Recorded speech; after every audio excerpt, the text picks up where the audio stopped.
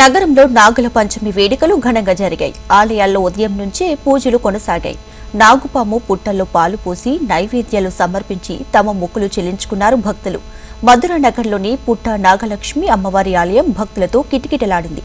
దీనిపై మరింత సమాచారం మా ప్రతినిధి గౌతమి అందిస్తారు.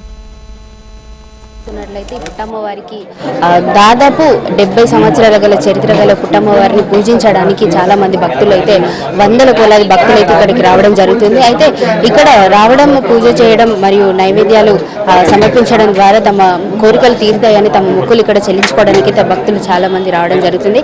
అయితే ఇక్కడ మనం చూస్తున్నట్లుగానైతే మిగతా భక్తులు కూడా మనతో పాటు ఉన్నారు. వారితో మాట్లాడి తెలుసుకునే ప్రయత్నం చేద్దాం. ఇక్కడికి ఎప్పటి నుండి వస్తున్నారు, ఎప్పటి నుండి పూజలు చేస్తున్నారని చెప్పండి. నేను దాదాపు 20 years అవుతుంది. ఇది స్వతంత్రం కన్నా ముందు వెలిచినప్పుడు ఇది మొత్తం యాదవులది, ఎస్సీల ల్యాండ్. ఇందులో స్వయంభూగా వెలిచింది. అమ్మవారు కూడా చిన్న విగ్రహం చెప్పారు కదా, చిన్న విగ్రహం ఉండే అంటే నాగలక్ష్మి నాగమాత పూజ చేస్తే ఏమవుతుందంటే సంతానం కాని వరకు సంతానం వస్తుంది, పిల్లలు మన పెళ్లి కాలం పెళ్ళి అవుతుంది, ఉద్యోగం, వ్యాపారము, లక్ష్మీ ప్రాప్తి అన్ని విధాలా మంచి జరుగుతుంది. మరి ఈ సుబ్రహ్మణ్య స్వామిని ఫస్ట్ నాగ పుట్ట ఉండే, దాని తర్వాత అమ్మవారు చిన్న అమ్మవారు వేసింది. తర్వాత దీన్ని మొత్తం భక్తుల యొక్క సహాయ సహకారంతో ఈ పునఃప్రతిష్ఠ చేయడం జరిగింది. ఆలయానికి అయితే చాలా మంది భక్తులు వస్తున్నారు కాబట్టి ఎటువంటి ఇబ్బందులు తలెత్తకుండా ఉండడానికి ఒక క్యూ పద్ధతిలో ఒక వైపుగా దర్శనం చేసుకొని ఇంకో వైపుగా దర్శనం ముగించుకొని వెళ్లే విధంగానైతే ఏర్పాట్లు చేస్తున్నారు.